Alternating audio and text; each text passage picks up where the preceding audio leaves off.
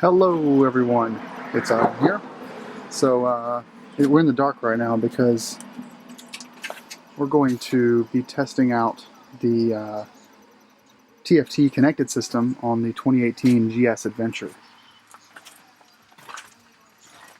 But first, I'm going to hit the up button on the menu, hold that down, and that's going to switch over to nav. You see that happen? I've hit down, switch over to TFT, hit up, switch over to nav. From there, I can then control the nav. I'm going to take it down to the display off so it doesn't bleed into this image. So we're not doing anything with the nav 6 on this video. But you can see how that's just from nav, hold the down the menu button, back to TFT. Now, before we get started, let's go over some of the functionality here. These are blinking because every GS does this. It does a self-test once you start actually moving, and that's when it'll clear the ABS and traction control lights, so don't worry about that. On the TFT system, you still have your fog light icon show up here. You also have your turn signal right and left, and then you have your high beam indicator right there. And then we'll just turn off our fog lights right there. And this is the tachometer. Obviously, you'll see it starts around 5,500 RPM as it kind of cuts power, and it's actually, a lot of the new BMW M cars do this, where they give you an RPM limit based on the temperature of the oil or the coolant. It's good for the engine, but it means that if you're really trying to hammer on it the first 5 miles, it'll flash red and it'll actually start cutting power. So it eventually gets up to 9,000 RPM after about 5 minutes of riding. You've got your miles per hour here. You turn the heated grips on, you got a heated grip icon. There's 2, and then there's 1, so it's kind of off. Time, outside temperature, your fuel range. If I click the up button, you'll see this changing to fuel levels,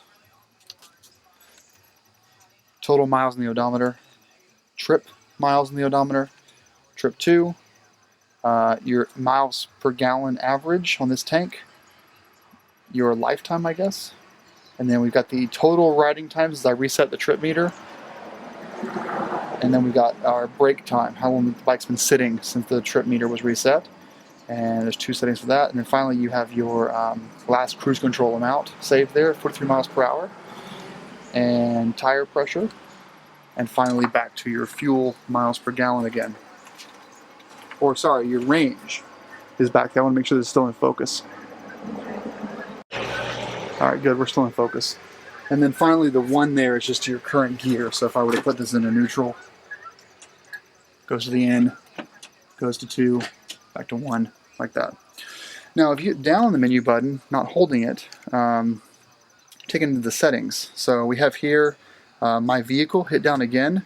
This gives you a view of the bike. So you've got the coolant temperature, which should be the same as the outside temperature roughly, oil level, your front and rear tire PSIs, which only work after you've been moving, a photo of your bike, but it's not the color of your bike, unfortunately. I would like to have some red accents there. You've got the miles per gallon range, and then your voltage, your battery. Hit right on the wonder wheel.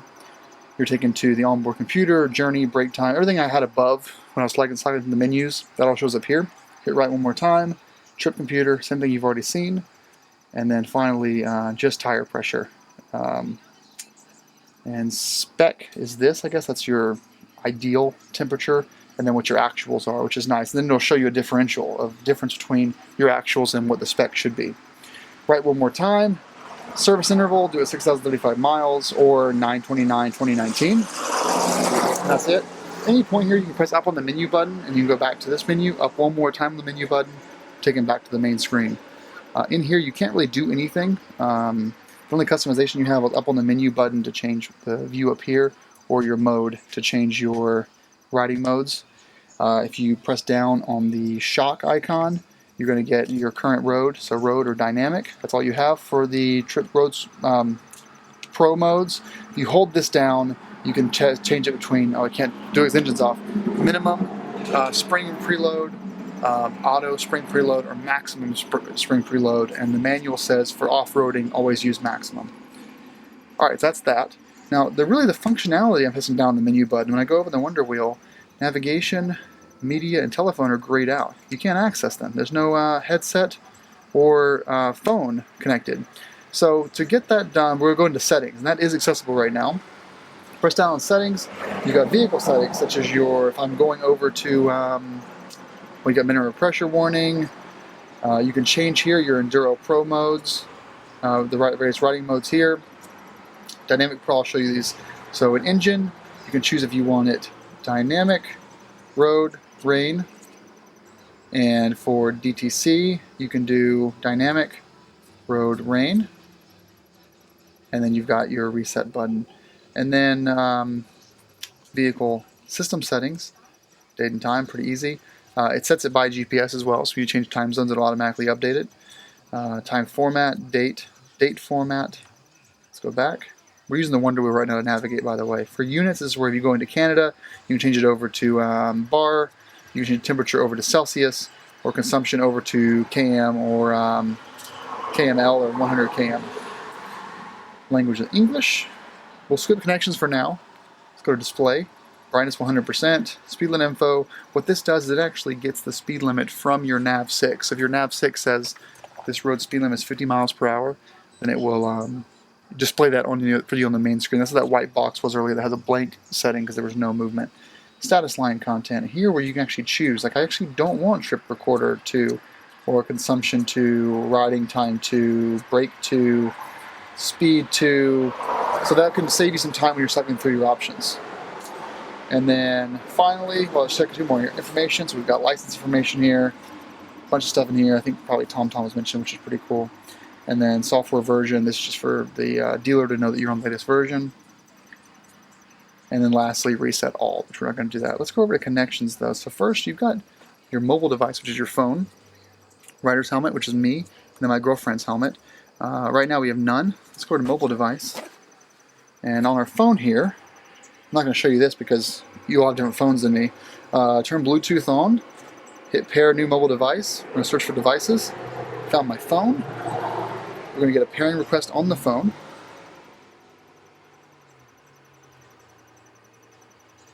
We're going to hit pair and confirm. We're going to allow our favorites to sync. In our contacts. Okay, now we're connected. So now phone is up. Now what you have is you have a new setting here. Navigation is now available. So I'm pressing down the menu. And now we have, let's go to settings first. Route criteria. We want fast. We have no obstacle avoidance here. So we don't want to avoid anything. Let's go back. Spoken instructions, yes. And then up here, new destination. It's going to start with your recents. This guy's Harley is ridiculous. I'll let him just go past. I'll even edit this part out. It's just fucking annoying.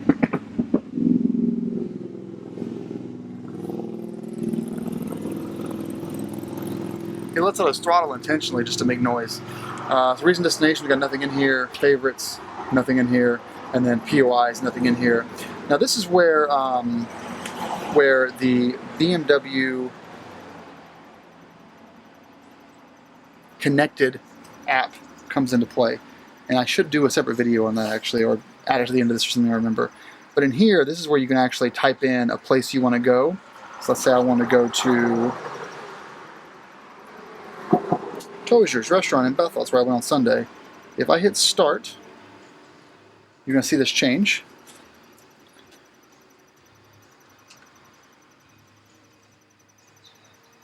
And start navigation.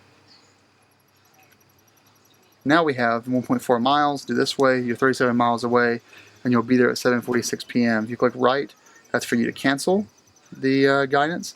Go left, that's to mute or unmute it. Now, you'll see that while I'm in this mode though, I still have my speed, the posted speed limit if the nav 6 is on, and then the range. Now if I can go hit the menu here, I can still go through my other menu items, but your navigation's front and center. Everything you possibly would need. You won't have the tachometer, but everything else you could possibly need is available in this mode. Gear indicator, time, your phone's cell phone connection, and then the outside temperature. So everything in here is perfectly acceptable to you.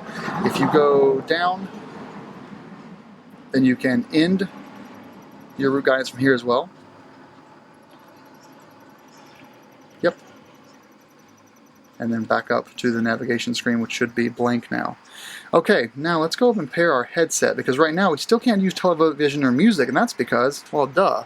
there's no way to put it. There's no speaker in the phone, in the bike, because I don't have, well, in the US, you might have this, but in the US, we don't have the SOS emergency functionality in our GSs. So there's no onboard speaker for talking to the emergency services. And I don't think music will play through that anyway. So let's get our helmet turned on. Okay, so now we have our helmet in pairing mode. We'll do rider's helmet, pair a new helmet, helmet searching.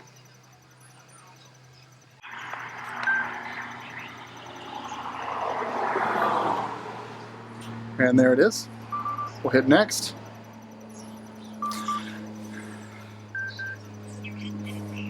Okay, so now we have our iPhone and our Neotech paired. Let's go back, and now you'll see we have telephone and media are both available. Let's hop over to media. I haven't explored this part yet.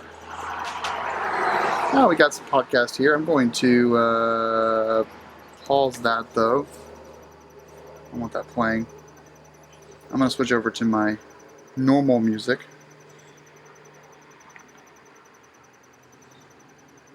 There we go. I'm doing this on my phone right now, though, just to get things over to a different station. Alright, so let's go right. If you click right one time, what happens? It goes to the next song. If you go left one time, it goes to the previous song. Let's press down. Got start playback, so if I press this, it's playing. Hit it again to pause. Now playing is what we were just on. That's interesting, look at that.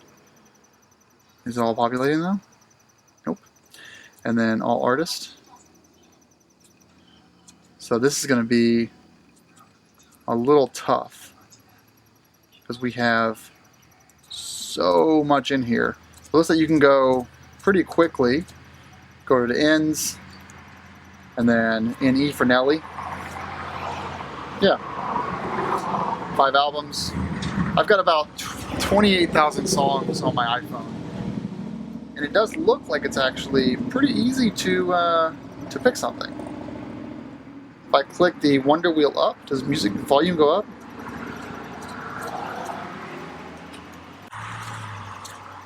No, the volume does not go up with the Wonder Wheel turning. So let's go back down again. So this is currently playing. Go back again. All albums, all tracks, playlist. That's kind of interesting. And now I have folders on my iPhone, playlist folders, and it looks like it doesn't support them. But this is why I did this, by the way. This is a hack for you guys that have MP3 devices that don't support your iPhone or iPod folders. I put C for compilations, G for Genius mixes, and I think I put N for new albums. Let's try to catch up slowly. So what I can do now is go to N, and once that catches up, see the new albums I have here, but it's not catching up. So, interesting. Spinning. It's thinking. Let's go up though and see if we can get back here to our... Nope, still frozen. Alright, well, we are going to hit next song. Still frozen. Alright, well, let's go up then. Let's go over to telephone. So, we have no phone calls active. Let's see what phone book does. Oh, it's still updating. So I guess all of my stuff that's in my contacts list is going to be coming here eventually. Let's go to call list. No entries found. Favorites and mute. So I guess what I'll have to do is I'll need to set up my phone list first. Yeah, it's updating right now. And actually, I don't want you guys to see my contacts anyway. But let's see if we can we do a call manually? I guess not. Let's go one more time back to media. Has this fixed itself yet? Yeah, we're going to pause playback. All tracks, playlist, audio options. You can shuffle or repeat. And then back to playlist again. Let's see if we get this to work. To in. There we go. Now what does zero title mean? Because it should have the music in there. Now the problem with my iPhone is only about 5,000 of the 30,000 songs are stored locally on my device. The rest are streaming from Apple Music. I own them, but they're all offline basically. They stream from iCloud Music, I guess is what you call it, Apple iTunes Match. So I'm home on Wi-Fi, but it's not pulling them up.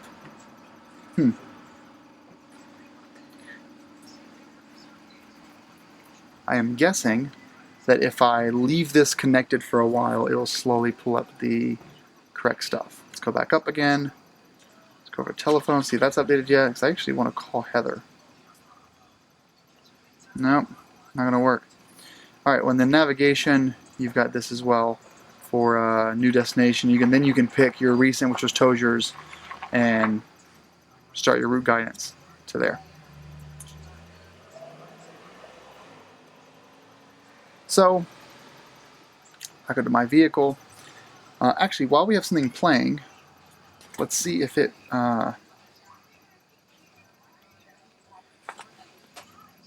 we have music playing right now, but we can't see what we're actually listening to, can we? Alright, so we have music playing, but you can't see now playing on the screen. You gotta go down, over twice, down again, then you can see the music you're playing. And the update of the actual place you're at the song is actually updating out of place, so it's updating slowly. And then this way, to choose song, it's a little slow. And I have to click down, and then I have to click up here, and then pause playback. You know, before we wrap this up, I think this is cool. And it's certainly safer than not wearing gloves and doing all this by hand. But I'm not sure if I would say this is a step forward for us.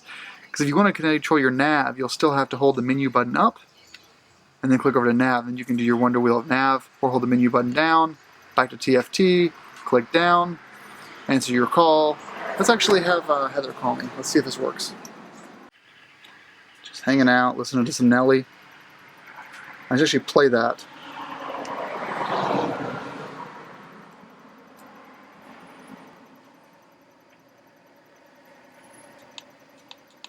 Oh, we got a call here.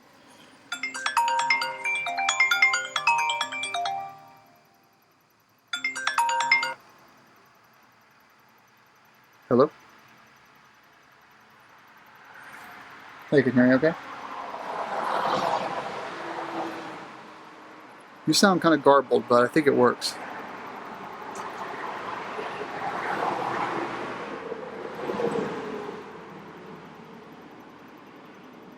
Maybe. But you can hear me okay? Can I stay on with you for another second, actually? Alright, so... let's see, active phone call. Looks like I can actually add a new person to this phone call, which is pretty cool. And if I go back up... alright, so it doesn't show I'm in a call in the main menu. Oh, it does very faintly in the very bottom of the screen there. It shows I have an active call. Okay. Well, I'm going to try to hang up with you from the bike, though. 1 second. Okay? Goodbye, Heather. Is that working? Yep. Alright, so that was our...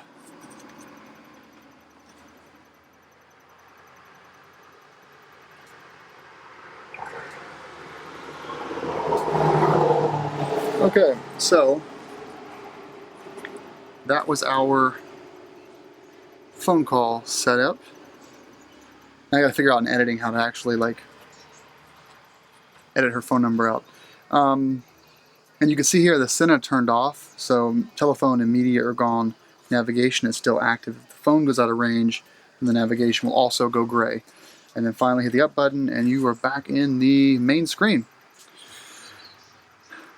I think that's it for this video. I think we've covered everything. It's probably at 25 minutes in now, but I think I've learned a lot, and I think that you know, I think this is a better integration than the Nav6 offered, which was a pretty shitty hub. But this does not support my podcast app, so it's just my music. So if I want to do podcasting, I'll need to go into my podcast player, hit the podcast, and as you can see when it showed up, it did show up as playing a podcast. So I can still control the podcast once it started playing on the screen here. I just can't access the podcast to initiate playback from the screen. So let's turn this off, and that is that.